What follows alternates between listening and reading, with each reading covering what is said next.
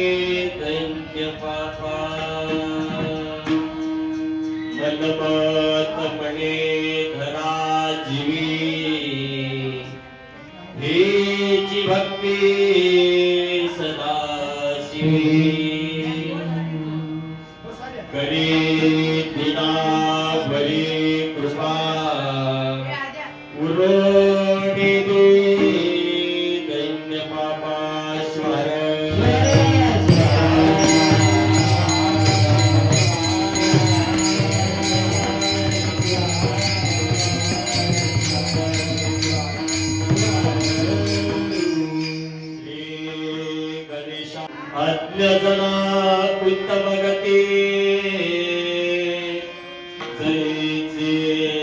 अनुग्रहे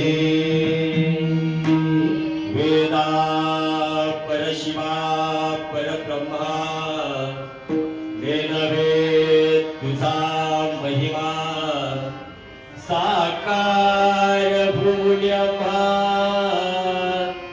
पुरविसी हेतु इच्छिता गुरु कृपे करुण आधी नमो शिवगण जे का अमर सर्वाहुर कयास प्रेमेशरधनी जे जे आपणासी ठावे ते ते इतरासी कळवावे शहाणे करुनिया सोडावे सकल तया भावे शरण जावे सदा वाचे नाम घ्यावे करी दिनावरी कृपा कुलोनिधी दैन्य पापाश्वार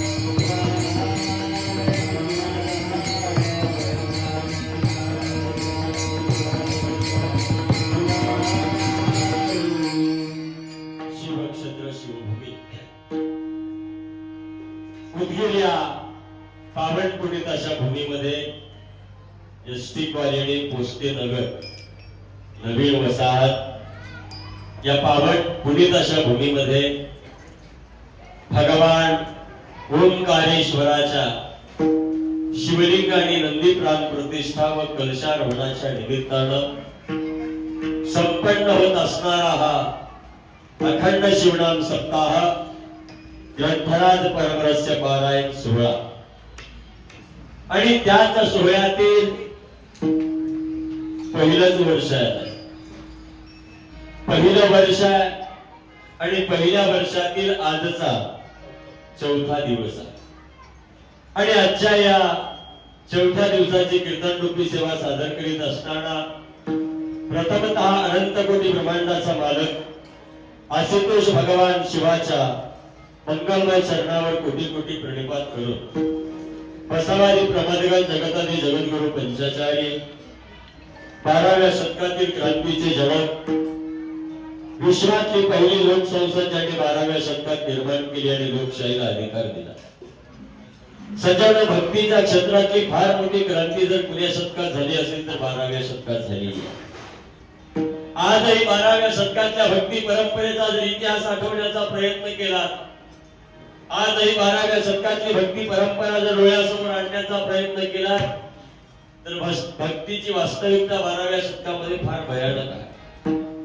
कारण 12व्या शतकात तुमच्या माझ्यासारख्या सर्वसामान्य माणसाला जर त्या देवाची भक्ती करायची होती तर करण्याचा अधिकार नव्हता. पण त्या 12व्या शतकात त्या भगवंताची भक्ती करण्याचा अधिकार काही विशिष्ट जातीयवादी व्यवस्थेच्याच लोकांना होता, काही वर्णवादी व्यवस्थेच्याच लोकांना होता. पण 12व्या शतकामध्ये जन्माला आलेल्या महात्म्यानं भक्तीची जातीयवादी परंपरा, भक्तीची वर्णवादी परंपरा मोडीत काढून प्रत्येक सामान्य मानवी जीवाच्या हातात भगवंताच्या भक्तीचं सूत्र जर कोण दिलं असेल तर ते क्रांती सूर्य जगज्योती महात्मा बसवांनी दिलेला. एक जर बसवांना जन्माला आला नसता तर आज मला कीर्तन करण्याचा अधिकार राहिला नसता. एक जर महात्मा बसवांना जन्माला आला नसता तर तुम्हाला या जागेत मंदिर सुद्धा कोणी बांधू दिलं नसतं. ते तुमचं काम नाही, आमचं काम म्हणले असते. कारण भगवंताच्या भक्तीची एवढी स्वतंत्रता मला कोणी प्राप्त करून दिली असेल तर 12व्या शतकातल्या महात्म्यानं करून दिलेली आहे. लक्षात ठेवा, 12व्या शतकातला महात्मा हा नुसता महात्मा नाहीये, त्या महात्म्याला महात्म्य तर प्राप्त आहे. मी काल परवा सांगितलं, मला महात्म्याबरोबर संतत्व सुद्धा प्राप्त आहे. का तर प्रत्येक महात्मा हा कधीच संत असतो असं नाही बरं का. प्रत्येक महात्मा हा संत असतोच असं नाही. कारण महात्मे अनेक आहेत पण क्वचित महात्मेच संत आहेत. लक्षात ठेवा, या जगातला पहिला महात्मा आणि संत कोण असेल तर महात्मा गौतम बुद्ध आहे. आजही महात्मा गौतम बुद्धाला महात्म्यत्व आणि संतत्व प्राप्त आहे. महात्मा गौतम बुद्धांचं नाव आपल्या भारताच्या दर्शनामध्ये संतत्व म्हणून गणलेलं आहे. लक्षात ठेवा, भारतीय शास्त्राच्या दर्शन शास्त्रामध्ये संतत्व म्हणून त्यांचं नाव गणलेलं आहे. म्हणून जगातला पहिला महात्मा आणि संत कोण असेल तर महात्मा गौतम बुद्ध आहे. आणि महात्मा गौतम बुद्धांच्या नंतर महात्मा आणि संत कोण असेल तर महात्मा बसवंत आहे. कारण महात्मे अनेक आहेत. महात्मा गांधी हे फक्त महात्मे, संत नाही. महात्मा फुले हे फक्त महात्मे, संत नाही. म्हणून प्रत्येक महात्मा हा संत असतो असं नाही. पण लक्षात ठेवा, प्रत्येक संत हा नेहमी महात्मा असतो. संत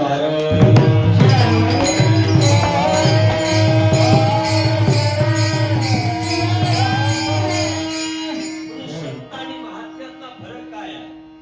संत काय करू शकतात आणि महात्मा काय करू शकतो? तर महात्म्याच्या विचाराने समाजाचं परिवर्तन होत आहे. महात्म्याच्या विचाराने समाजामध्ये बदलाव येतो. महात्म्याच्या विचाराने चळवळ उभा करता येते. महात्म्याच्या विचाराने क्रांती घडते. पण लक्षात ठेवा, संताच्या विचाराने जनजीवाचा उद्धार होतो.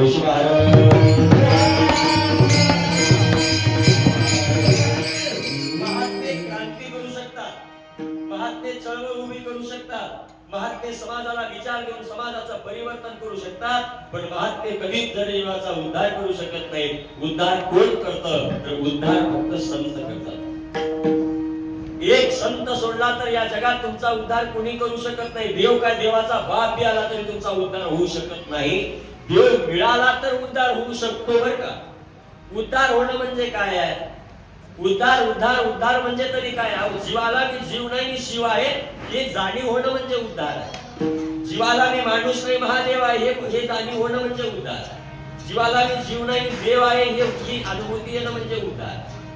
उद्धार म्हणजे काय फार वेगळी गोष्ट नाही. लक्षात ठेवा, पण ही जाणीवच आम्हाला कुणामुळे होते तर संतामुळे होते. संत नसतील तर तुम्हाला मी शिव आहे ही जाणीव होत नाहीये. संत नसेल तर तुम्हाला परमात्म्याची अनुभूती होणं अशक्य आहे. आणि लक्षात ठेवा, संताला सोडून कितीही परमात्म्याजवळ जाण्याचा प्रयत्न करा, तुम्हाला परमार्थ कधीच प्राप्त होऊ शकत नाही. जर परमात्म्याकडे, त्या शिव परमात्म्याकडे जायचं असेल, त्या ओंकारेश्वराला तुम्हाला उद्या प्रसन्न करून घ्यायचं असेल, त्या ओंकारेश्वराची तुम्हाला अनुभूती करून घ्यायचं असेल, तर तुम्हाला कुणामार्फत जावं लागेल? संतामार्फत. सोपं उदाहरण देतो मला. तुम्ही सुंदर ओंकारेश्वराचं मंदिर बांधलं. आता ओंकारेश्वराला म्हणजे देवाला, ओंकारेश्वराला म्हणजे देवाला, देवात प्राण आणण्यासाठी तुम्हाला कुणाला आणावं लागेल? का बरं? त्याचं त्याला येऊन बसावं. देव जरी असला तर त्याचं त्याला बसण्याचा अधिकार नाही, त्याला संतामार्फतच बसावं लागतं.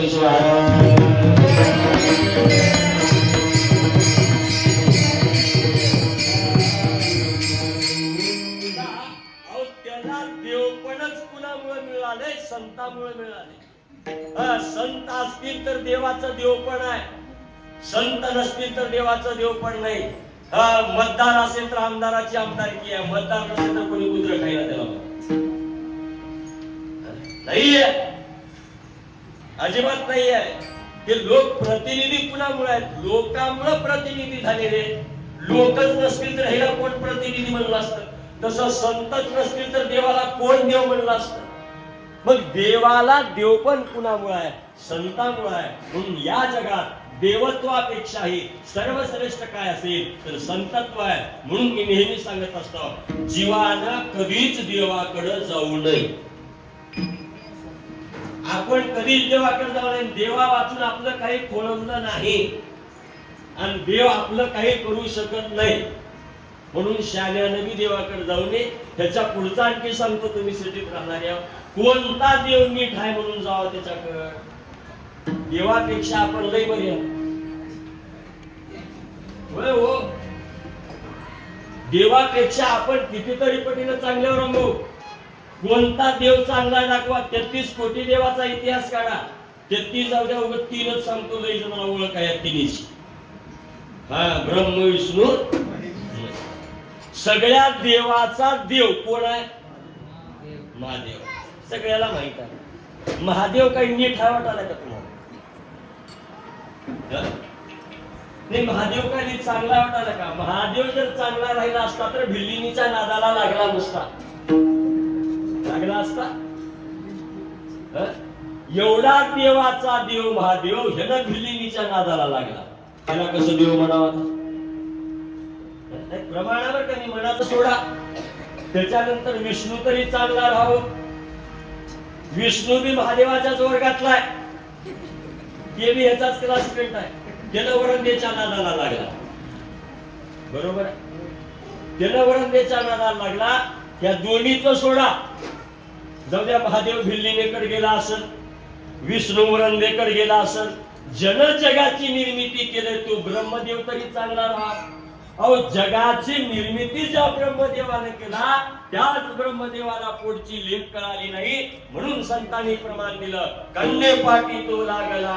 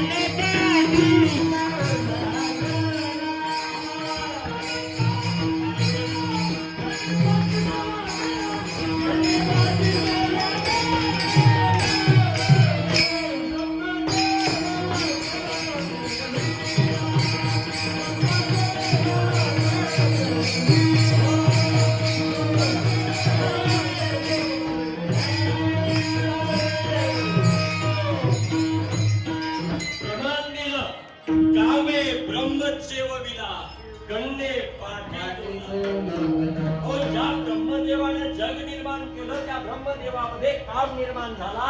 आणि जगनिर्मात्या ब्रह्मदेवाला पोटची लेख कळाली नाही, तो कन्येच्या पाठीमागे लागला, दाखवा मला जगातला कोणता बाप स्वतःच्या लेकीसोबत असं कृत्य करू शकतो. याला कसं देव बनवलं?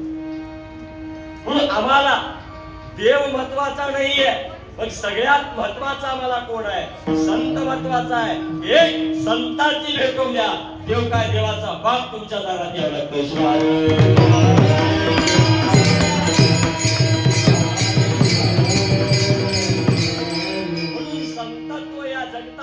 फार महान आहे.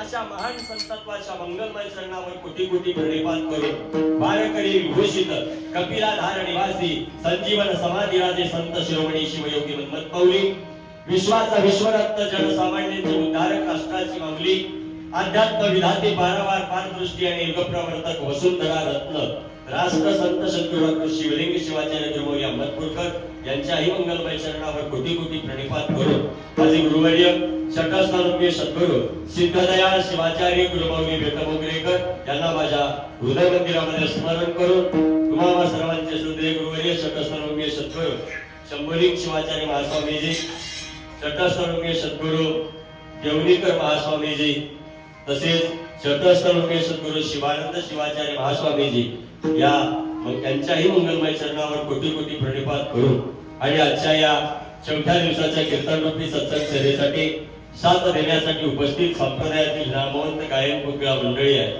सज्जन आमचे संजीव महाराज, संगम महाराज, भीमाशंकर महाराज, सुंदर मृदंगाचार्य आमचे शिवभक्ती परायण योगेश महाराज यांच्या आदरणीय जाना पुरकरताई हार्मोनियम वादक, पंचक्रोशीतून उपस्थित भजनी मंडळ, महिला भजनी मंडळ, विविध कॉलनीतून आलेले महिला भजनी मंडळ, गायक वादक कथाकार कीर्तनकार आमच्या कीर्तनकार स्वामीताई, तसेच गंगाधरांना आणि ज्यांच्या माध्यमातून तुमच्यासारख्या संत सज्जन मायबापाच्या दर्शनाचा योग श्री रामभाऊ, जवळपास मी त्यांचं माझ्या जवळपास 10-12 वर्षापासून बसलो. खूप सुंदर त्यांचा स्वभाव, माझ्या वडिलांच्या वयाचे त्यास कधी वाटत नाही, एवढं प्रेम त्यांचं असते, नेहमी कुठेही भेटू दे अशांचे रामभाऊ, अशोक आप्पा, सगळी मंडळी आहे. त्या सगळ्या मंडळीला धन्यवाद. परिचित अपरिचित कथाकार कीर्तनकार प्रवचनकार टाळकरी वारकरी माळकरी अबप शिवप रामायणाचार्य भागवताचार्य शिवकथाकार बोधीवाचक बोधीसूचक स्वामी माहेश्वर मुक्ती तुम्हा सर्वांच्या मंगलमय चरणावर कोटी कोटी प्रणिपात. सेवेला आरंभ पंचाचार्या.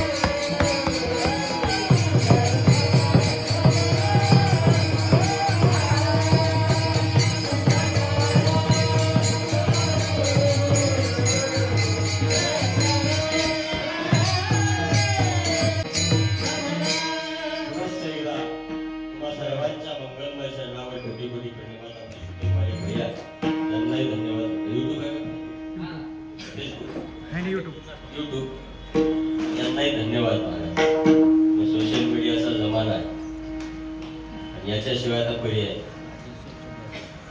नागेश्वर झुंगा स्वामी नाव ऐकलं मला, याचे युट्यूब स्वतःच चॅनल आहे. हे काय त्यांनी शूटिंग केली की नका घरी जाऊन आपण ती बघा मोबाईल, बाकीचं बघण्यापेक्षा हे चॅनल बघायचं, त्याला सबस्क्राईब करायचं, बाजूला घंटी आहे त्याचे बटन दाबायचं, बघलेलं सार्थक तरी व्हावं. यांनाही धन्यवाद. चिंतन सेवेला आरंभार वेळ झालेला आहे. 5ला म्हणजे 5ला पण मला भरपूर लाभ द्यायचा आहे. सज्जनाच्या चिंतन सेवेसाठी निवडलेला अभंग वीरशैव संत संप्रदायातील कपिलाधार निवासी संजीवन समाधी राजे संत शिरोमणी शिवयोगी मन्मथ मौली यांचा, त्यांच्याच गाथ्यातील त्यांचाच 4 चरणाचा सर्वांच्याच पाठांतरातला अतिशय साधा सरळ सोपा सहजपणे प्रत्येकाच्या लक्षात येणारा उपदेशपर प्रकरणातील हा अभंग आजच्या चिंतन सेवेसाठी निवडलेला आहे.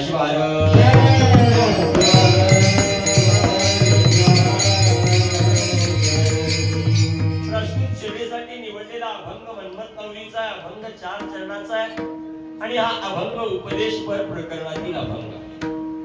या 4 चरणाच्या अभंगाच्या माध्यमातून मन्मथ मौलीनं जन्माला आलेल्या मानवी जीवाला उपदेश करतात. मन्मथ मौलीनं जीवाला केलेला या अभंगातला उपदेश कशाचा असेल तर माऊली सांगतात की त्या भगवंताची, त्या सदाशिवाची खरी भक्ती कोणती आहे. नेमकं या सामान्य जीवानं त्या भगवंताची खरी भक्ती कोणती करावं, सर्वश्रेष्ठ भक्ती कोणती आहे. कारण आज भक्तीचे प्रकार अनेक आहेत. भक्ती ही अनेक प्रकाराची आहे. भक्ती ही अनेक साधनाची आहे. अनेक साधनाद्वारे त्या भगवंताची भक्ती केली जाते. पण माऊली सांगतात की या कलियुगामध्ये या जड जीवाला, या सर्वसामान्य माणसाला त्या भगवंताची परवडेल अशी सर्वश्रेष्ठ आणि सगळ्यात सोपी भक्ती कोणती आहे. माऊलीनं त्या सामान्य जीवाला भक्तीचा उपदेश केला का तर हा सर्वसामान्य जीव आहे. तुम्ही आम्ही लौकिकवादी, भांतिकवादी, व्यवहारिकवादी, ममत्ववादी, प्रापंचिकवादी सामान्य जीव आणि आजचा प्रत्येक सामान्य मानवी जीव भगवंताची भक्ती करत चाललेला. प्रत्येक जीव आज भक्तीमध्ये तल्लीन आहे. कोणत्या ना कोणत्या तरी उपकरणाद्वारे, साधनाद्वारे आजचा प्रत्येक सामान्य माणूस त्या भगवंताची भक्ती करू लागलाय. मग मला सांगा, आज आम्ही त्या भगवंताची एवढी भक्ती करत असताना, एवढी भक्ती वाढली असताना, एवढी आम्ही त्याची भक्ती त्याला भजत असताना आतापर्यंत आम्ही केलेल्या भक्तीतून आम्हाला काय अनुभव आला सांगा. काय अनुभव आला? भक्ती का केली? भक्ती कशासाठी करावं? काय होते भक्ती केल्यानं? काय होतंय म्हणून भक्ती करावं? कोणती भक्ती करावं? का बरं करावं? केलं तर काय होतंय? याच्यातलं मर्म आम्हाला कळणं गरजेचं आहे ना. हे कळालं तर भक्ती करावं. आता समजा मी कीर्तन करणार, कीर्तन केल्यानं काय होतंय? एखाद्या माणसानं प्रश्न विचारला की महाराज तुम्ही कीर्तन करता, कीर्तन केल्यानं काय होतंय? काही जरी नाही सांगता आलं तरी त्याला सांगता यावं, कीर्तन केल्यानं 1000-1500 लागू पडतात. एवढं तरी त्याला सांगता यावं. ते काही नाही सांगता आलं, समजा बाकीचं काही नाही कळालं, कमीत कमी एवढं तरी त्याला सांगता यावं. मग तसं आम्ही भक्ती करत असताना नेमकं काय होते भक्ती करून? काय करावं भक्ती? कशासाठी? एका लोक करणाऱ्यात म्हणून करा, जग करणारे म्हणून करा, का शेजारीन करणाऱ्या म्हणून करा, का घरचं काम असते 2 घंटे मंदिरात गेलं म्हणून करा. कराव का? काय उद्देश आहे भक्ती करण्याच्या पाठीमागचा? उद्देश काय आहे? कारण आज आतापर्यंत आम्ही भक्ती करत आलो, पण भक्ती करत असताना आम्ही त्या भक्तीचं ध्येय ठरवलं नाही. त्या भक्तीचं साध्य ठरवलं नाही की बाबा हे प्राप्त करण्यासाठी मला भक्ती करायचं आहे, आणि भक्तीतून काय प्राप्त करायचं आहे हेही या जीवाला कळालं नाही. नसलेल्या साध्यासाठी हा जीव भगवंताची भक्ती करू लागला. पण लक्षात ठेवा, भगवंताची भक्ती केल्यानं भौतिक जगातलं कुठलंच तुम्हाला काहीच साध्य होऊ शकत नाही. आणि भौतिक वस्तूसाठी, भौतिक जगातल्या इच्छेसाठी कितीही त्या देवाची भक्ती करा, आयुष्यातही तुम्हाला काही मिळत नाही. असा कोणताच देव नाही तुम्हाला देणार. असा कोणताच देव नाही. कुठलंही शास्त्र काढा, कुठलंही शास्त्र समोर आणा, काही होत नाही महाराज.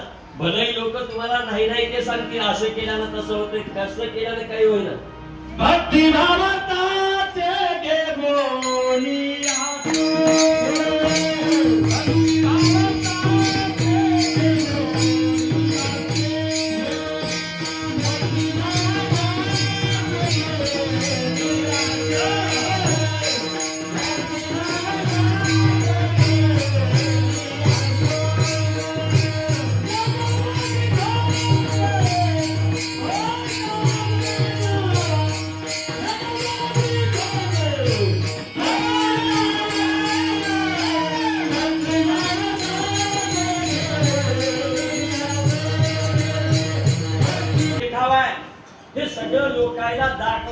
करू आपण. भक्तीचं मर्म आम्हाला कळालं नाही. हे सगळं सोंग आहे, हे सगळं सोंग आहे. एक लक्षात ठेवा, सोंग कधी बी खरा नाही ना. सोंग कधी खरा नाही ना. काही काळापुरता आणि पोट भागवण्याकरता केलेला सोंग आहे. आणि हे सगळं जे चाललंय हे सगळं पोटापायी आहे. आता मी कीर्तन करू लागला, मला काही लय देव प्राप्त करायचं आहे का? हे काही नाही आहे. हे फक्त काही का असणार पोट भराले म्हणून बरं वाटायला. हे काही नाही, देव प्राप्त होण्यासाठी नाही. मी जे आहे ते तुम्हाला स्पष्ट बोलतो. मला हे सगळं आज आता सध्या स्थितीला हे जे कार्यक्रम चालल्यात हे सगळे पोटापायी चालले. इथं कुणाला देवाचं पडलं नाही, कुणाला देव प्राप्त करायचं नाही. कुणाला सांगणाऱ्याची तेज बोंब आहे ना ऐकणाऱ्याची तेज बोंब आहे. सांगणाऱ्याला बी देव व्हायचं नाही आणि ऐकणाऱ्यालाही देव व्हायचा आहे म्हणून ऐकायचं नाही. काय का असणार फुगट खायला मिळाले, उगा आणलाय म्हणतात चला पारवर बसून याला काय व्हायचं माझ्याकडे. आणि आम्हालाही तसंच वाटायला. येळभर उन्हात गेलं तर 500 हजेरी पडाली. 2 घंट्यात पाया पडून कसंही 2-2.5 हजार द्यायच्यात. काय होणार आहे आम्हाला वाटत. म्हणजे याचं आम्हालाही देणं घेणं नाही आणि तुम्हालाही देणं घेणं. मग वस्तुस्थिती अशी आहे, आम्ही धंदा म्हणून करू लागलो आणि तुम्ही करमणूक म्हणून ऐकू लागला.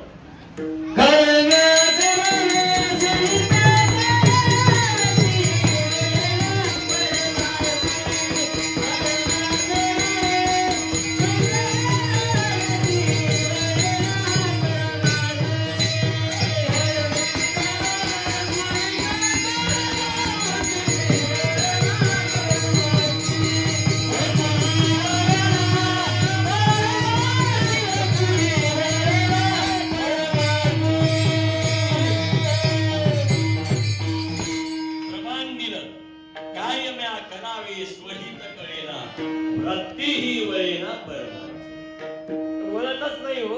असलं केल्यावर कसं वृत्ती परमार्थात वळत नाही ना. कारण याचं मर्म कळालं नाही, याचा उद्देश कळाला नाही. काय कळाला नाही? आणि भक्तीचं घेतलेलं हे सोंग आहे. आणि हे सोंग केल्यामुळं कळालं नाही भक्ती का करावी. एक लक्षात ठेवा, भक्ती करत असताना भक्ती साक्षात्काराची असावी, चमत्काराची नसावी.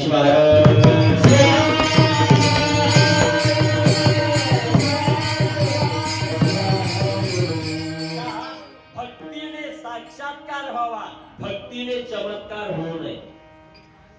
चमत्कार करतो तो नजरबंदीचा खेळ आहे. मग महाराज राहू द्या ना पोतराज राहू द्या, म्हणजे कोणी असेल, जगद्गुरु पासून सांगू लागले, कोणी असेल तो चमत्कार करत असेल तर तो महाराज नाहीये. चमत्कार करत असेल तर तो भक्तिवान नाहीये. आणि भक्तिवान लोक कधी चमत्कार करत नाही, तो साक्षात्कार करतात.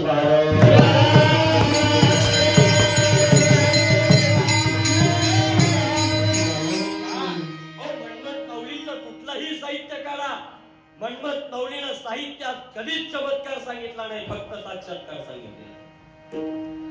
म्हणून भक्ती तत्वामध्ये चमत्काराला महत्व नाहीये, साक्षात्काराला महत्व. म्हणून भक्ती साक्षात्कारासाठी करा. आणि साक्षात्कार बाहेर होत नाही, साक्षात्कार आत्मतत्वात होतो. शिवाय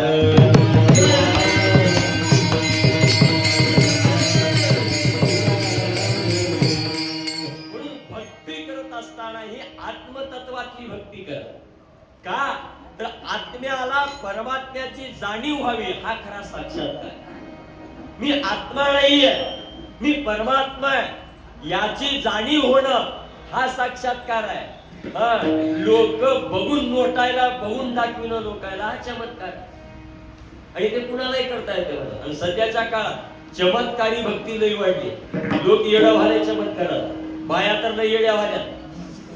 कोणता महाराज सोडणार, पोत्रा सोडणार, जानक्या सोडणार, कोणता नंदी बैलवाला सोडणार, कोणता अंगठीवाला सोडणार. त्यानं लगेच घर फिरवा त्या भवनात अंगठी घाल. लगेच त्यानं म्हणतं लय मोठी सणी आहे तुझ्या मागं. त्याने गेली तिथं खडा घ्या. खडा घेण्यापेक्षा कर्म चांगले कर की कशाला पण या खड्याच्या नजरा पडलीस. तेव्हा इथंच लिहुलावरी महाराज, मन सच्च्या कर्माच्या बाकीच महादेव की इच्छा. एवढं असल्यावर काय गरज आहे कुठं जायची? पुण्या महाराजाजवळ, त्यांच्याजवळ, पोतराजवळ जायची गरज नाही. कुणाचे दावे दोरे गंडे बांधायची काही गरज नाही, पेट्या घालायची. पेट्या घालणाऱ्याला सुधारणा करायची, तुमचं काय बरं करणार? पेट्या घालणारा बोलत चालेल, तुम्हाला पेट्या घालून काय करणार आहे? काही होत नाही महाराज, हे थोतांड आहे. आमच्या संतांनी असल्या अंधश्रद्धेच्या भक्तीला लाथा घातलेल्या आहेत, लाथाडलेला आहे. अंधश्रद्धेच्या भक्तीला थारा दिला नाही, आमच्या संतांनी श्रद्धेच्या भक्तीला थारा दिला. आणि शास्त्रात सिद्धांतही आहे, श्रद्धावानम लभते ज्ञानम. श्रद्धावान माणसाला ज्ञानाची प्राप्ती आहे, अंधश्रद्धेच्या माणसाजवळ अज्ञान आहे. अज्ञानापोटी अंधश्रद्धेची भक्ती आहे, ज्ञानापोटी श्रद्धेची भक्ती आहे. श्रद्धेच्या भक्तीनं उद्धार आहे, अंधश्रद्धेच्या भक्तीनं जीवाचं पतन आहे.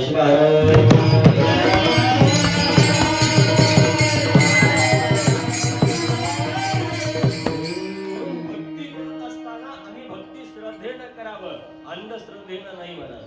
पण श्रद्धेची भक्ती आज लोक पावत चाललेली आहे, आणि आमच्या भक्तीत कुठंतरी अंधश्रद्धा आलेली आहे.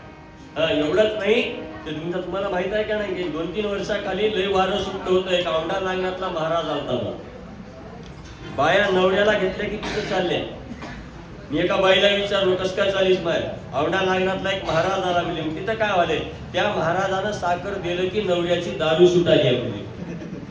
आता तुम्ही सगळे सिटीतले लोक, दारू सोडण्यासाठी साखर हे औषध आहे का? माझा प्रश्न आहे तुला. नाही, दारूनं साखरेनं दारू सुटते का? आणि साखरेनं जर दारू सुटली असती तर 40 रुपये किलोनं किराणा दुकानात मिळाली असती का? सोन्याच्या पुढचा भाव राहिला असता, साखरेचा राहिला असता का? मग मी त्या बाईला म्हणलो की कोण आहे महाराज, त्याचा सगळा खर्च भरतो, मागेल तेवढे पैसे देतो, एकदा त्याला गावात घेऊन ये. मी केव्हा घेतलो नाही, पण त्याची साखर खाल्या खाली क्वार्टर लावून बघतो काय होते ते मला. जाईल का? ही भक्ती आहे का? अहो, ही भक्ती नाही. आम्हाला भक्ती केल्यासारखं वाटू लागले, पण ही भक्ती नाही, लक्षात ठेवा. ही अंधश्रद्धेची भक्ती आहे, ही पतनाकडे नेण्याची भक्ती आहे. अशा भक्तीनं आमचा काहीच उद्धार होऊ शकत नाही, म्हणून आम्हाला भक्तीतलं मर्म कळलं नाही. आता लोक एवढ्या भक्तीमध्ये तल्ली नाही. काल परवा एक आमच्याकडे महिना आलता, चौकडं चालता ते पुष महिन्याच्या अगोदर. कोणता महिना होता माय? मार्गशीर्ष महिना. मार्गशीर्ष महिन्यातल्या मी भक्ती सांगायला तुम्हाला. मार्गशीर्ष महिन्यातल्या कोणत्या वाराला लई महत्व आहे? गुरुवार. आजच्या भारतातल्या बाया गुरुवारी, त्या गुरुवारी काय करावं लागतंय? कुणाची पूजा? लक्ष्मीची. नुसती लक्ष्मी नाही, तिचं वैभव लक्ष्मी नाव आहे. मलाही माहित नव्हतं, आमची घरची गेली तेव्हा माहित झाली. मला म्हणली काय कळतंय का तुम्हाला, आज गुरुवार आहे, म्हणून काय करावं लागतंय? वैभव लक्ष्मीची पूजा करणं. म्हणून केल्यानं काय होतंय? वैभव जमतंय म्हणून करावं लागतंय. म्हणून किती वर्षापासून करून आलीस? 15 वर्ष झालं. म्हणजे 15 वर्षात किती जमलंय? इथे काय जमतंय म्हणजे तुझ्या तर बापानं रुपया हुंडा दिला नाही, जमलंय किती वर्ष? किती? म्हणजे आई तसं काय नाही, म्हणजे जमतंय म्हणून करा. त्याला तुम्ही बसणारे सगळे सुशिक्षित आहात. वैभव लक्ष्मीची पोथी वाचल्यानं वैभव जमतंय का कष्ट केल्यानं जमतंय? नाही, वैभव लक्ष्मीची पोथी वाचलं तर उदगीर जिल्हा लेवलला गेलं असतं का? पोत्यात घेऊन सगळे सावकार लोक घरात पलंगावर बसले असते, कसे जमते वाचल्यावर? नाही ना. कवडी द्रव्य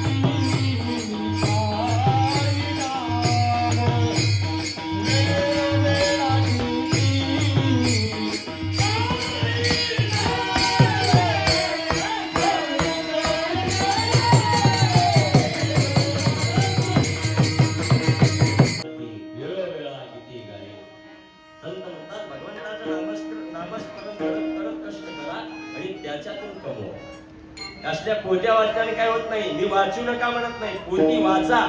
धन जमतंय म्हणून वाचू नका, श्रद्धे आहे म्हणून वाचा. समाधानासाठी वाचा, धनासाठी वाचू नका. आणि असं पोत्या वाचल्यानं धनासाठी देवदेव केल्यानं होत नाही. ती पाठीमागे घालतं बघा, जमिनीतलं धन सापडून द्यायचं असेल तर संपर्क करा. जमिनीतलं धन तुला कळत असलं तर लोकांना सांगितलं असतं का संपर्क करा? ते सांगितलं असतं का? जमिनीतलं धन जर लोकांना संपर्क करा तुम्हाला काढून देतो म्हणणारा आपल्या आधी उतरून रिकामा झाला असता पळून घेऊन. होईल का? होऊ शकत नाही ना. पण आम्ही असल्याच्या कुठंतरी नादाला लागलो महाराज. बरं जाऊ द्या, की लक्ष्मी केलं तर केलं. ते बी गुरुवारवरची भक्ती किती दिवस आहे? किती गुरुवार आहे? 4च गुरुवार. का बरं बाकीच्या महिन्यात गुरुवार येईनात का? कारण बाकीचे गुरुवार काय मारून आल्यात का? पण त्याही गुरुवारवर भक्ती किती दिवस आहे? 4 गुरुवार होते. पण 4 गुरुवार झाले, मार्गशीर्ष महिना संपला की लक्ष्मीचा भरोसा उडाला आमचा. लक्ष्मीवरची भक्ती कमी झाली.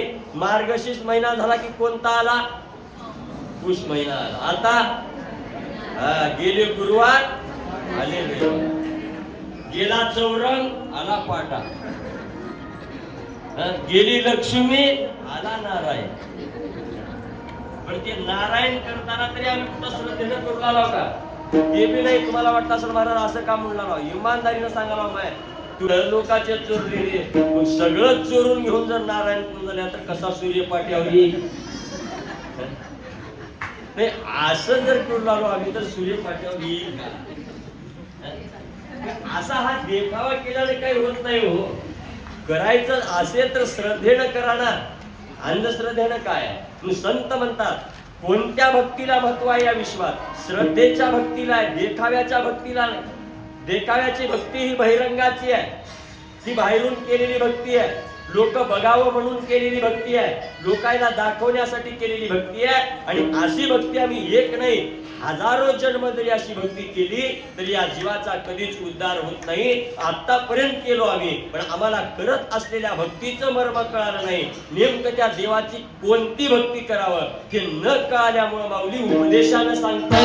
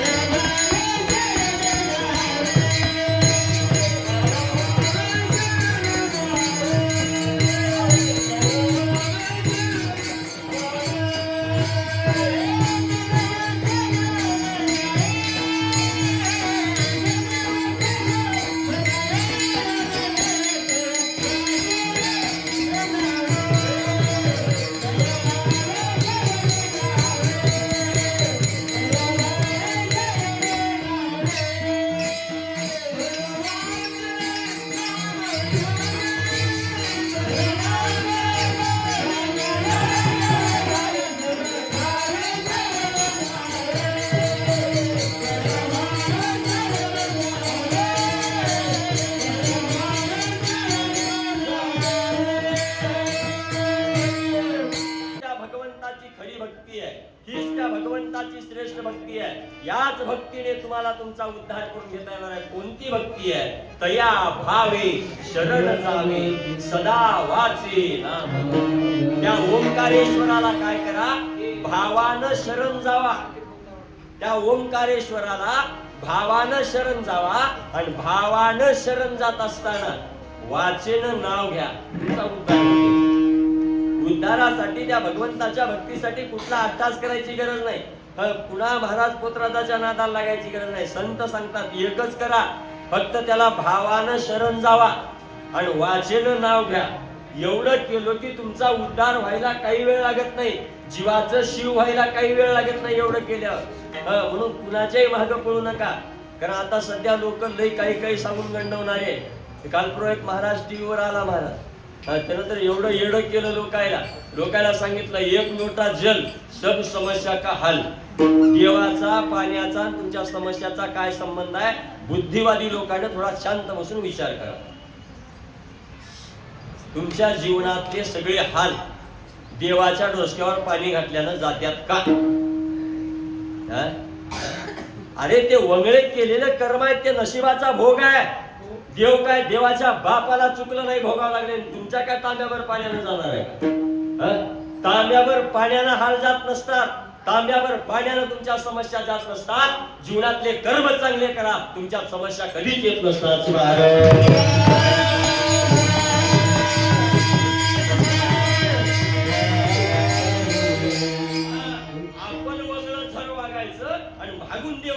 डोसक्यावर पाणी घालायचं जाईल काय? आपुले वागणे ते बोल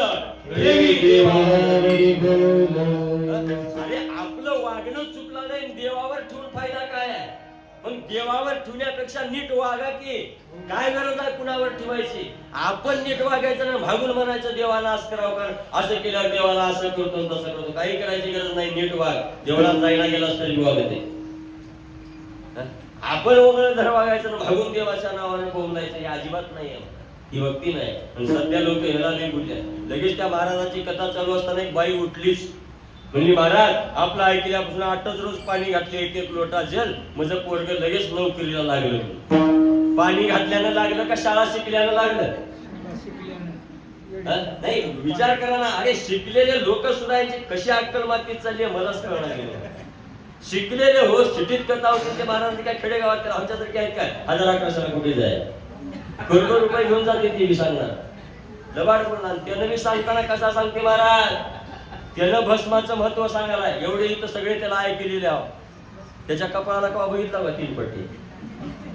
त्यानं सांगायला भस्म लावल्यावर काय होते, आणि येड्या बाहेर तांदूळ निवडीत ऐकायला तिथे ऐका.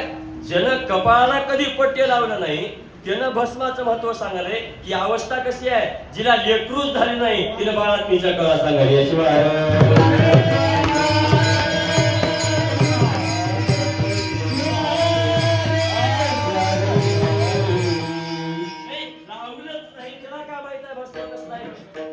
अरे लावून सांग ना. कारण आमच्या संत तत्वामध्ये अनुभवाच्या बोलण्याला महत्व आहे, रिकाम्या बोलण्याला नाही. अहो संत म्हणतात अनुभव.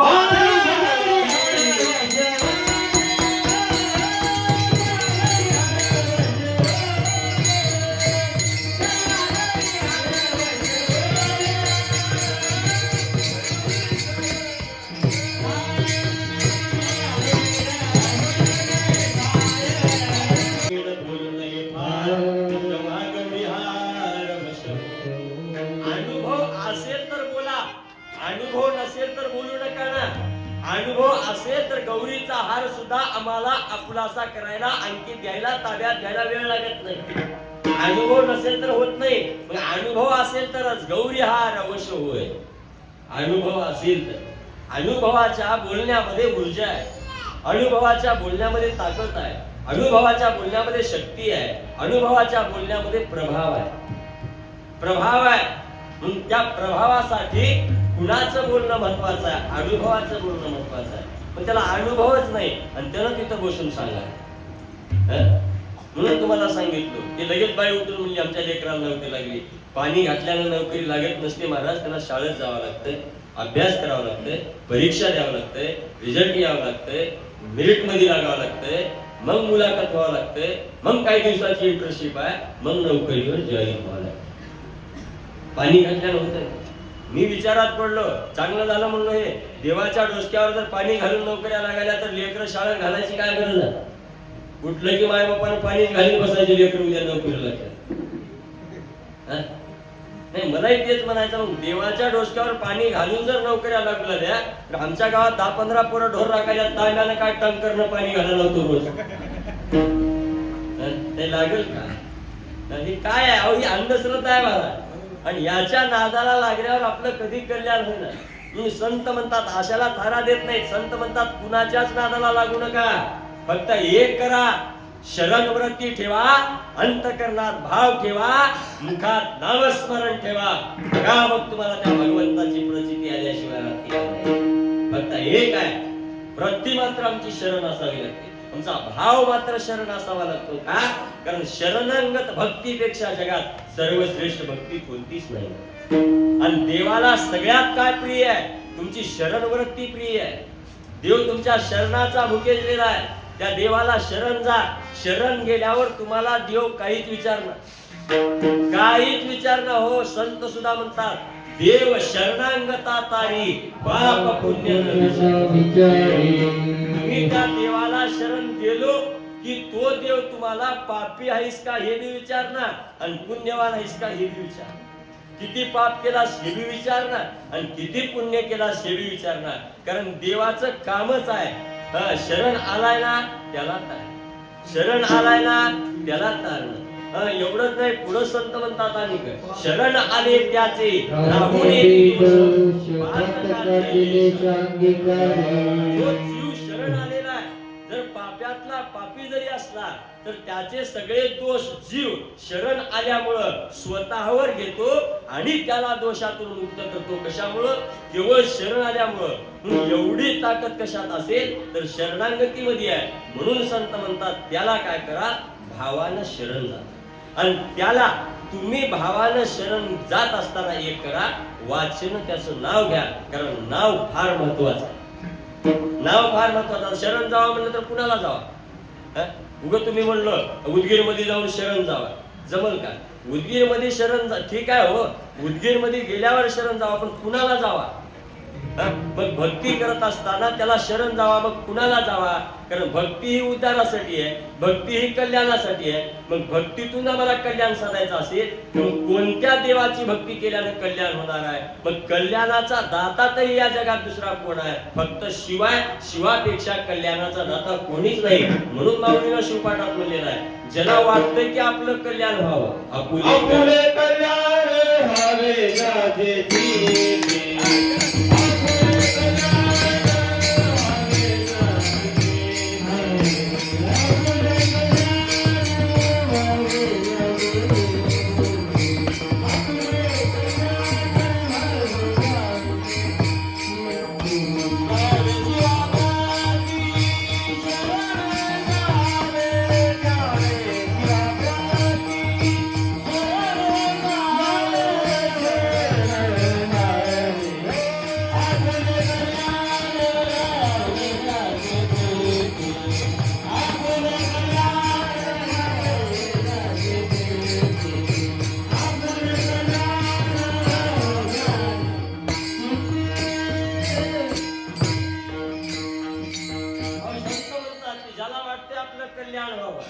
कल्याण व्हावे ज्याचे चित्ती ज्ञानेश्वर.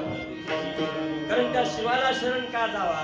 कारण तोच कल्याणाचा दाता आहे. शिवदास म्हणे कल्याणदायक असे माझा शिव म्हणजे कल्याण आहे, शिव म्हणजे मांगल्य आहे, शिव म्हणजे पावित्र्य आहे, शिव म्हणजे सार्थकता आहे, शिव म्हणजे हित आहे. आणि त्याला मी शरण गेलो की आमच्या जीवनाचं कल्याण झाल्याशिवाय राहत नाही. आम्हाला आमच्या जीवनाचं कल्याण करायचं असेल, सार्थक करायचं असेल तर माऊली म्हणतात त्याला काय करा, त्या कल्याणाचा दाता असणाऱ्या भगवान शिवाला म्हणजे ओंकारेश्वराला काय करा, भावाने शरण जावा. फक्त एक आहे, भावाने शरण जात असताना त्याचं नाव वाचेत घ्या. कारण त्याचं नाव वाचन घेऊन जर तुम्ही त्याला भावानं शरण गेलो तर तो तुमच्यावर काय करणार आहे?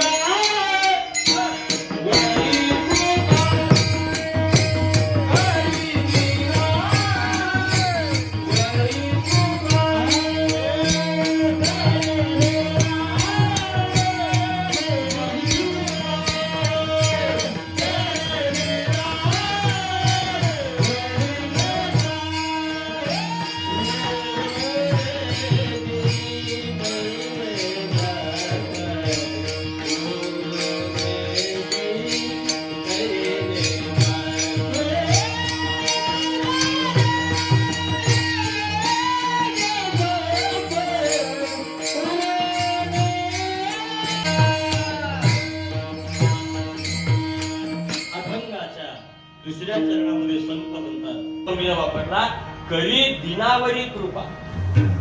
दीन हा शब्द आलेला आहे. दीन, मला सांगा दीन कुणाला म्हणावं? दीन कुणाला म्हणतात नाही? दीन कुणाला म्हणावं? ते आता तुम्ही म्हणता ना, दीन कुणाला म्हणावं? बोला बोला, चुकलं तर चुकी द्या. दक्षिणाच्या पुढे सामान ठेवले आणि बसूच नका. दीन कुणाला म्हणावं? दीन म्हणजे गरीब नाही, ज्याच्या जवळ भौतिक कसलंच वैभव नाही त्याला आम्ही शब्द वापरता आज भौतिक जगतात की दीन, त्याच्याजवळ काहीच नाही. पण दीन या शब्दाचे मी दोन अर्थ होतात. दीन शब्द ऐकले बी अर्थ काढा येईल मला. दीन शब्द ऐकले अर्थ काढता येत नाही. दीन या शब्दाला अगोदर नीट बघावं लागतं मग अर्थ काढावा. मग दिन या शब्दाला कुठं बघावं लागतंय? द या शब्दावर पहिली वेलांटी आहे का दुसरी आहे? पहिली आहे का दुसरी आहे? कारण याचे दोन अर्थ होतात. कारण मी फार याचा पक्का माणूस आहे व्याकरणाचा, कारण मी तिथलाच आहे. माझं मूळ शिक्षण ती आहे. मी स्वतः फिलॉसॉफीचा आहे महाराज. हे तुम्हाला असं कंबर बांधत धोतर घातल्याला वाटत असेल कुठलं तर खेडेगावातलं नांगर मोडून आलेलं असेल. मी स्वतः फिलॉसॉफीचा आहे. ते माझं दुर्दैव आहे महाराज, मी त्या क्षेत्रात गेलो नाही. राष्ट्रसंताचा आशीर्वाद इकडेच मिळाला आणि इकडेच आला. आताही MPSC ची जर तयारी केलो, कुठल्या जागा निघाल्या, 8 दिवसात परीक्षा दिली तर नंबर 1 चा क्लास 1 चा अधिकारी होता, 100% गॅरंटी आहे. ते दुर्दैव आता आपल्याला तिकडे जायचं नाही. मला कधी कधी वाटतं ते अधिकारी झालेलंच बरं झालं असतं. ती किरकिर तर राहिली नसती, ह्या गावून त्या गावला, त्या गावून ह्या गावला, टाइम बघा, ऍडजस्ट होते की नाही, पळापळ महाराज उगच ती बरं आहे. बांधलेली पगार आहे, 10 ते 5 ड्युटी आहे. गेलं नाही गेलं, सूट बूट घालून उकील सारखं जिल्हा लेवलचं गाव मिळालं असतं, मोठं ऑफिस भेटलं असतं, शासकीय कार्यालय, गाडी शासनाची, मस्त ऑफिस मध्ये बसलो असतो, सूट बूट टाय घातलो असतो, खुर्चीवर बसलो असतो. मी बसलो तसं तुमच्या कॉलनीतले काही लोक काम आहे म्हणून माझ्याकडे आले असते, उघडी आले नसते, आले तसे टेबलाच्या खालून दिलेली असते. मला एक वाटलं मग अधिकारी होऊन टेबलाच्या खालून घेण्यापेक्षा महाराज होऊन नारळाच्या खालून घेतलेले काय वाईट नाही.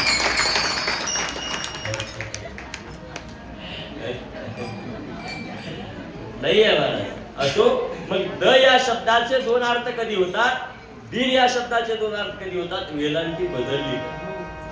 मग मला सांगा, द या शब्दाचा अर्थ दिन दुबळा म्हणजे गरीब, ज्याच्याकडे काही नाही, असा जर अर्थ घ्यायचा असेल तर द या शब्दाला पहिली वेलांटी द्यावी लागेल का दुसरी द्यावी लागेल? दुसरी द्यावी, दुसरी द्यावी लागेल. आणि द या शब्दाला जर पहिली वेलांटी असेल तर त्याचा अर्थ दिवस. मग माऊलीने या चरणामध्ये जो दिन शब्द वापरलेला आहे ती पहिली वेलांटी देऊन वापरलेला नाही, दुसरी वेलांटी देऊन वापरलेला.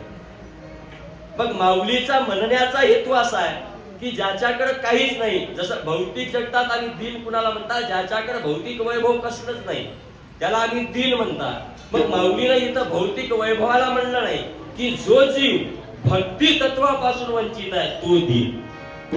जो भगवंताच्या भक्तीपासून, जो परमात्म्याच्या भक्तीपासून, परमात्म्याच्या नामचिंतनापासून जो लांब आहे, अशा जरी दिन भक्तानं जरी भगवंताची भक्ती केली तर तो भगवंत त्याच्यावर काय करतो? कृपा. तो भगवंत त्याच्यावर कृपा करतो. आणि एकदा जर त्या भगवंताची कृपा तुमच्यावर झाली तर शिल्लकच राहत नाही महाराज. पाप आणि दैन्य उरो नेती दैन्य, पापही शिल्लक राहत नाही आणि तुमचं दैन्यही शिल्लक. का? तुमचं पाप आणि दैन्य हे तुमच्या पुनर्जन्माला कारण आहे.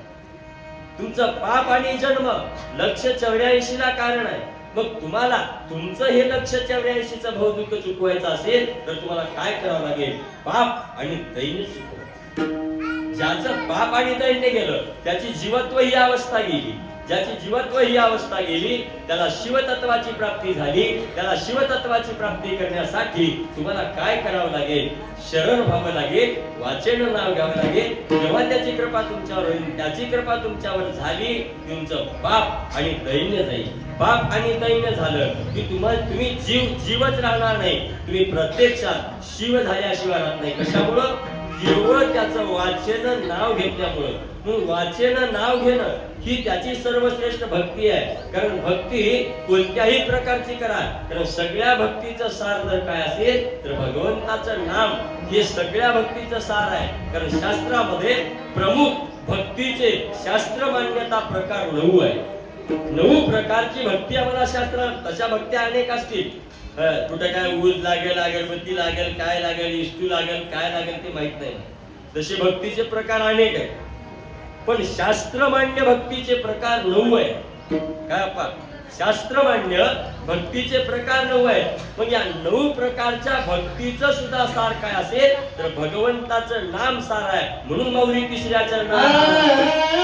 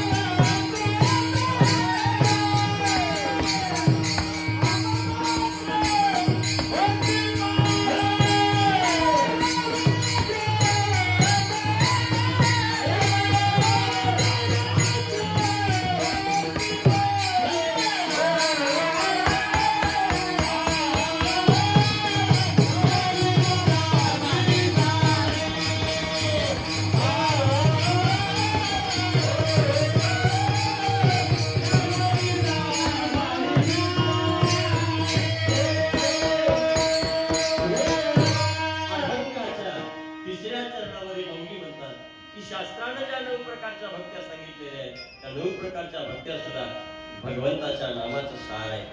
नवविधा माझी सार ताप मात्रे होती पार. त्या 9 प्रकारची भक्ती सुद्धा कुणाच्या बळावर तरते? नामाच्या बळावर. नामाशिवाय भक्तीला अर्थ नाहीये. एक नाव सोडून किती भक्ती करा त्या भक्तीला काही किंमत नाही मला. जसं स्त्रीनं मंगळसूत्र सोडून किती अलंकार घाला काही किंमत आहे का? किलोनं बी सोनं घातली मंगळसूत्र नसेल तर त्या बाकीच्या अलंकाराला काही अर्थ नाही हो. तसं एक नाव सोडून भक्तीचा कितीही अट्टास करा ती थोतांड आहे त्या भक्तीला काही अर्थ नाही. मग त्या भक्तीला अर्थ प्राप्त करायचा असेल तर त्याला नाव घ्या. आणि नावासाठी काही करायची गरज नाही मला. आषाढी शयनी भोजनी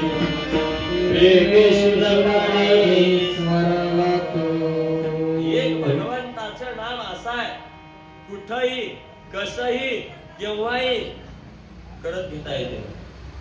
त्याला काही विशेष जागा लागते काय नाही लक्षात ठेवा. एक आहे पवित्र होऊन भगवंताचं नाव घेण्यापेक्षा नाव घ्या बसल तिथं तुमचं पवित्र. तुम्ही बसाल तिथं पवित्र आहे. भगवंताचं नाव घेतल्यावर काय होऊ शकत नाही. एक भगवंताचं नाव घेतल्यावर काही करायची गरज नाही. हजारो उदाहरणं तुम्हाला शास्त्रात आहे. तसला वाढल्या कशाने ठरला? भगवंताच्या. अहो अनेक आहेत अनेक. मला सांगा उपमन्यूला दुधाचा सागर मिळाला भगवंताच्या.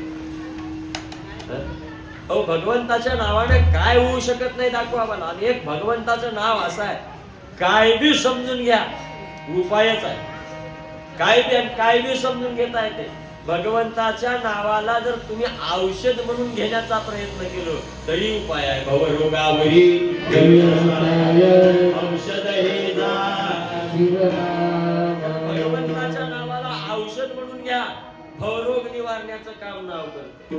अहो एवढंच नाही भगवंताच्या नावाला अमृत समजून घ्या. अमृतापेक्षाही पुढचं आहे सुदेहुनी गोड नाव अमृत आहे. अमृत समजून घेतला तर अमृतापेक्षाही गोड आहे देवाचं. अहो देवाच्या नावाला अग्नी समजून घ्या. शिवनाम अग्नी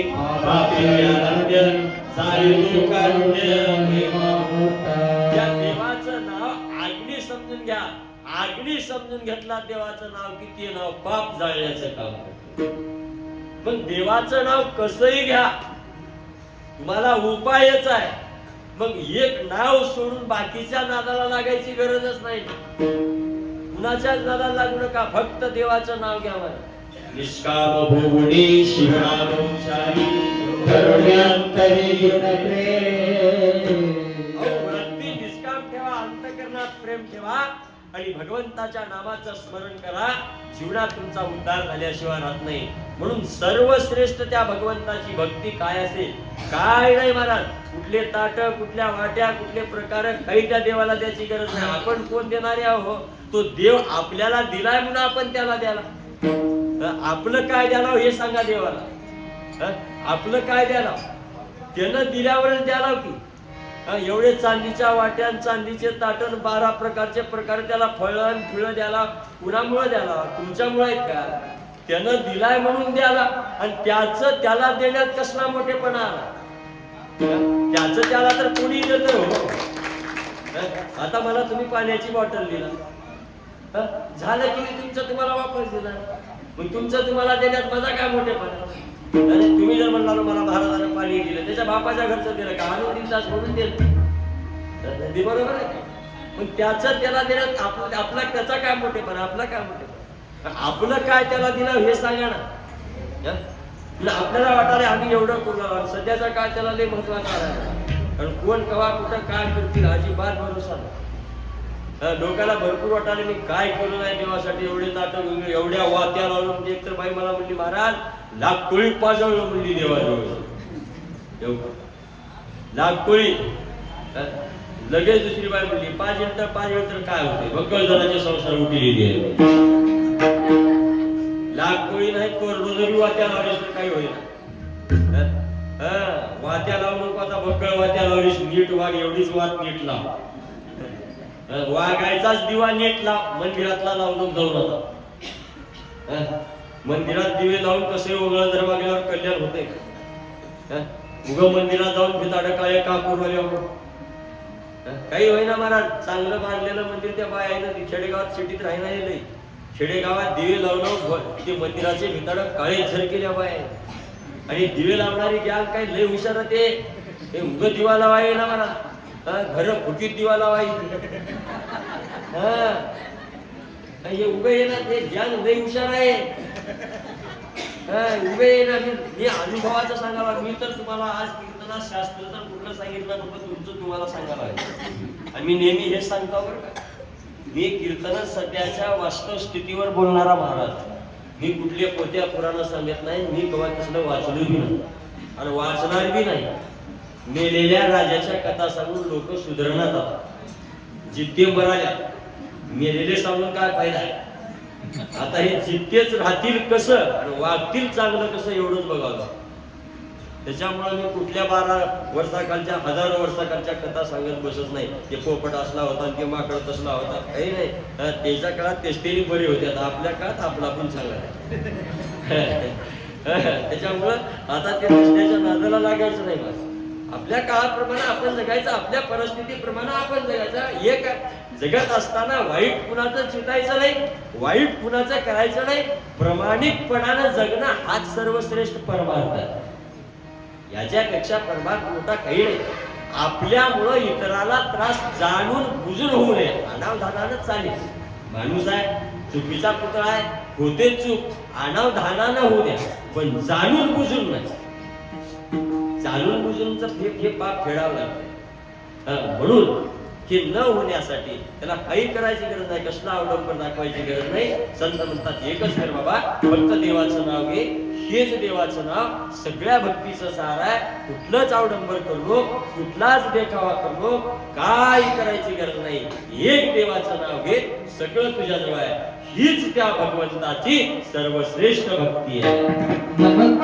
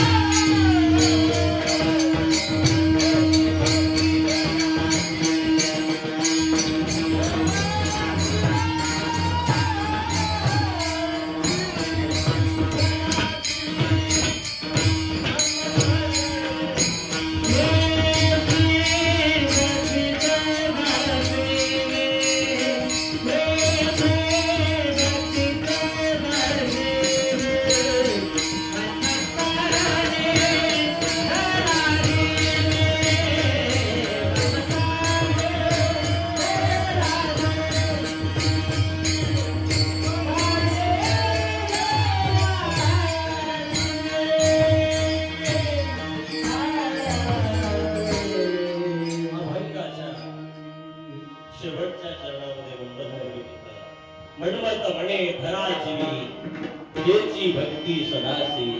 मुली म्हणतात की बाबा की लोकांनो हीच त्या सदाशिवाची सर्वश्रेष्ठ भक्ती आहे. म्हणमत म्हणे धरा जीवी हेची भक्ती सदाशिवी. हेच त्या सदाशिवाची खरी भक्ती आहे. कोणती? दया भावी शरण जावी सदा वाचे नाम घ्यावे हेची भक्ती सदाशिवी. हीच त्या सदाशिवाची सर्वश्रेष्ठ भक्ती आहे. त्याला भावाने शरण जाणे आणि वाचेल त्याचं नाव घेणे हीच सगळ्यात मोठी त्या भगवंताची भक्ती आहे. त्याच्याशिवाय भक्ती नाही. एवढंच करा आणि याच भक्तीने तुम्हाला तुमच्या जीवनाचं कल्याण करून घेता येणार आहे, सार्थक करून घेता येणार आहे, उद्धार करून घेता येणार आहे. याच्यापेक्षा काहीही करत बसू नका असं संत श्रेष्ठ मनमंतवली या 4 चरणातून व्यक्त करण्याचा प्रयत्न करतात. एवढंच आजच्या मंगलमय प्रसंगी सांगून वेळही खूप झालेला आहे. मला बरंचसं लाभ द्यायचा आहे मला संध्याकाळी. वास्तविक साशी आज माझी तब्येत साथ देत नाही. एवढ्याले बाया गाडी थांबून कुठे चालल्या ते म्हणजे पशुपतीनाथाचं व्रत आहे. दिवस निघाल्यावर केल्यावर काय मरशील का? एवढ्या पाठ जायला असा कोणता तुझा पशुपतीनाथ आहे पाटा अडीचला बुडीला त्या जेवायला तर निवांत झोपू द्या. थंडगार पाणी होत आहे का? त्याच्यामुळे योग असं काही बी करू नका. गवाबी करा, भाव ठेवून करा, आपोआप पावतंय. तुला अडीचला उठून गेलीस म्हणून काय गळ्याला पडला त्याच्यामुळे आपला पण निवांत करायचं. त्याच्यामुळे असला कुठला आता स्क्रीन बसू नका. काही कोणतं सांगितलं काही तेच होते काय होईना. भौतिक जगातली कोणतीच गोष्ट चांगली करणं कधीच देवाच्या हातात नाही, प्रारब्धाच्या हाती. ते कर्मावर आहे, होतंय. तुम्ही कितीही नाही म्हणा ते आपला पण होते. ते कुणाला चुकलं नाही, सगळ्याला भोगावं लागतंय. चांगलं वागा, त्याच्यापेक्षा दुसरं काही करू नका. लेकरायला आणि विशेष परमार कमी करा, पण लेकराकडे लक्ष चांगलं ठेवा. उद्या महाराजाकडे नाही गेला तरी चालतंय, पण लेकर सांभाळ. लेकर सांभाळून लेकर घडले की देव घडला, लेकर घडले की परमार्थ घडला, लेकर घडले की 4 धाम सुद्धा घडले. कुठं बोलणं जायची गरज नाही. माय चाली काशीला, लेकरू चाले देशीला. माय याच्या पुन्हा लेकरू पक्क बेवडं व्हायला. तिथं 10-15 हजार घालण्यापेक्षा घरी लेकराला काजू बदाम घाल की 10-15 हजाराचे. कशाला कोणाच्या नादाला बोलणं चाली. तिथंही महादेव तेच आहे, इथंही तेच आहे. इथं केव्हा हात जोडणं तिथं चाली आपण सार्थक होतं. काही सार्थक बरं गेलीस तर बोलणं कुठेही जाऊ नका, चांगला वागा मला. आणि ते बायाने काढल्यात बघा. आणि रोज सांगायला मी की बारकी लेकरं जन्मले नंतर मोठे पहिले पाळण्याचेच कार्यक्रम होते. नामकरण सोहळाच होता. एक शास्त्रसंमत आहे सोहळा का नामकरणाचा, तो करावा लागतो. आता दुसरा एक आलाय अन्नप्राशन सोहळा. कुठं लिहलंय हे? आणि सिटीतल्याच बायाला काढल्यात. ते खेडेगाव येडे केलं. तर आमच्या बाया सुख लागू दिले. अन्नप्राशन सोहळा. थोडं मोठं झालं की दारू प्राशन सोहळा काढा. उभं नाही ते काही काढणार का हो? लबाड बोलला ते खेडेगाव तुमच्याकडे आलंय का नाही माहित नाही. खेडेगावांचा झालं बघा आता. एका लेकराच्या माहिती केळं वाटायचं. गम नाही बायाला 20 रुपये डझन कुत्र केळं खायला घेतात, त्याला बायाने 100 रुपये डझन. आणि वाटायचं झालं तर काजू बदाम वाटा की केळा नाही का लागणार की लेकरं खाऊन तर आम्ही धरती. सुकाळाच्या वस्तू बरं डोसक्यात निघतात तुमच्या वाटायचं. आता आमच्याकडे मी निघाले जावायला पाव करून सोनं घालायचं. आता घाला बरं मला ऐकलं. आता घालणार सुकाळाची वस्तू बरोबर घालणार. पुण्या तर बाईनं म्हणली काय म्हणतेस बाय एकच लेकर होतं माझ्या जन्मभर कळलं नव्हतं. तिचं ऐकली की चालू केली वाटत. असलंच महाराज असलं केल्यावर काय होईल लक्षात ठेवा. ते गेल्या वर्षी आमच्या गावात वडाचं वट पौर्णिमा होती. झालं माझं कीर्तन 1-2 मिनिटं सांगतो. ते वट पौर्णिमेला आमच्या गावातली बाई निघाली. वट जरा लांब, ते लांब निघाल्यावर एका हातात ताट होतं आणि एका हातात तांब्या. मग ते वाटत निघाल्यावर जागा नक्की खाली चांगली नव्हती. बराच अर्ध्या मतात गेल्यावर त्या बाईच्या पाठीत खाजर सुटलं. ते खाजरे कसं आहे, खाजविल्याशिवाय बरं वाटत. बाकीचे कसंही त्या बाईला आता खाजलं तर सुटलंय, ताट बी खाली ठेवाई, दाब्या बी खाली ठेवायला आणि खाजिल्याशिवाय नाही जमत. तेवढ्यात त्या बाईला एका खिळ्यावर बाबळीचं फोड दिसलं टाकलं. ती बाई आली त्या बाबळीच्या फोडाला अशी टाकली. तिच्या मागे दुसरी बाई आली, तिला म्हणजे गावात येणशानी सुरती बाई आहे, तिला पाठ घासणारी आमची काय नियम आहे. तिनं आली की तिनं पाठ घासायला चालू केली. तिचं बघितली की तिसरी आली. असं करता करता अख्ख्या गावच्या बायानं पाठ घासले. पण एकाही बाईला माहित नाही नेमकं काय प्रकार आहे. आणि वर खोलजण गेल्यावर दुपारी बाया गल्लीत बसल्या. ह्या बाईला म्हणजे मला पाठ घासलीस का नाही, तिला पुन्हा म्हणली. असं करता करता ज्या बाईनं पहिल्या बारला पाठ घासली होती तिला बोलली. तिला म्हणलं तू कसं काय पाठ घासलीस, तू घासलीस मला नाही घासलो. तर ती तसं नाही म्हणली, वडाला जाताना माझ्या पाठीत खाजळ सुटलं होतं, मला कुठं खाजवावं, तांब्याने ठेवायला जागा चालली नाही, ताट बी ठेवायला लागली नाही, पण कोणाला घासवलं. तसलं आहे का? असलं एखाद्या बाईने केले म्हणून सगळ्या बाया तिथंच पडू नका. असलं केल्यानं काय नाही. एक लेकराच्या बाईने केळं वाटलीस काय आणि जामून वाटलीस काय, लेकरू करायचं तेच करते, त्याच्या नशिबात आहे तेच करते. काही केळं वाटलीस म्हणजे कलेक्टर होईना आणि वाट नाही केलीस म्हणजे काय हॉटेलात काम करतात. त्याचं प्रारब्ध त्याच्यासोबत आहे. माहिती तुम्ही असलं काही करू नका. म्हणून शास्त्रसंमत संतांच्या विचाराला वागण्याचा प्रयत्न करा. तशी सद्बुद्धी भगवान शिव परमात्मा तुम्हा सर्वांना देव. एवढंच आजच्या मंगलमय प्रसंगी सांगून आतापर्यंत झालेली सेवा माझी गुरुमाऊली वसुंधरा रत्न राष्ट्रसंत सद्गुरू डॉक्टर श्री वीर शिवाचार्य महाराज अहमदपूरकर, शतस्थ रत्न सद्गुरू सिद्धदेव शिवाचार्य महाराज भेटमुगरेकर, माझे आजी आणि आजोबा त्यांच्या मंगलमय चरणावर समर्पित करून सेवेला पूर्ण करा.